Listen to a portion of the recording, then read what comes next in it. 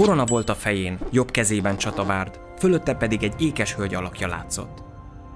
A székelyek segítségére sietett, amikor a tatárokkal vívtak élet-halálharcot. A legenda szerint ez volt a lovag utolsó csatája, ami meglepő, mert ekkor már közel 3 évszázada halott volt.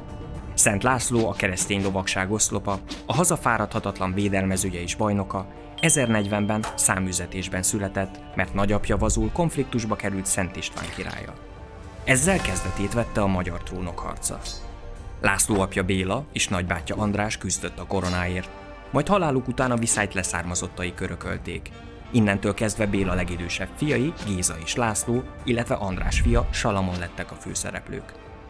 A hercegek úgy döntöttek, hogy a bihari és nyitrai hercegségekért cserébe elismerik királyuknak Salamont. A véres belső harcokat lezáró békekötést jól időzítették, így már együtt nézhettek szembe a Magyarországra törő besenyők támadásával. A győztes cserhalmi ütközetben vitte végbe László leghíresebb hőstettét, a magyar lány megmentését. Üldözés, birkózás, lefejezés és a leányölében való megpihenés. A kereszténység és pogányság, a jövő és a múlt, a jó és a rossz szembenállását évszázadokon keresztül ebben a jelenetben ismerték fel a magyarok. Hamarosan újabb fordulatra került sor.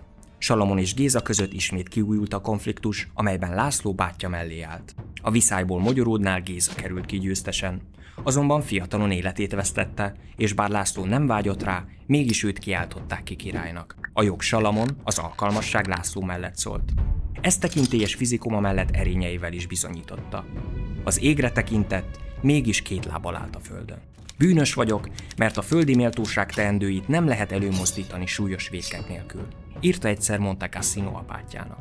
Bölcsnek kellett lennie, mert unokaöccse Salamon sógorában, a német-római császárban bízva nem mondott le a koronáról. László ezt azzal ellensúlyozta, hogy feleségül vette Rudolf ellenkirály lányát, így német területeken is szövetségeseket szerzett. Uralkodóként igazságosságra törekedett, az elszaporodó bűnözés ellen kemény törvényeket hozott. Védte a keresztény vallást, az élet és vagyonbiztonságot. A tettenél tolvajra akasztás várt, de egy tyúk ellopása és csonkítást vont maga után. László biztosította Magyarország nyugati, keleti és déli határait. Bátorsága miatt katonái minden veszedelembe követték. Itt halok meg veletek, ha kell, mondta vitézeinek, de nem nézem, hogy miként viszik a nőket és a gyerekeket rabszolgaságba, és kezébe ragadta a vörös hadizászlót, villámsebességgel nyargalt serege élén a támadó kunokra. Mértékletességére jellemző, hogy visszafogta bosszú szomjas katonáit, amikor már a legyőzött nomádok életére törtek, mert nem megölni, hanem megtéríteni akarta a foglyokat. László, ha tehette, imádkozott. Uralkodása alatt a kereszténység nem csak a magyarok elméjét, hanem a szívét is meghódította.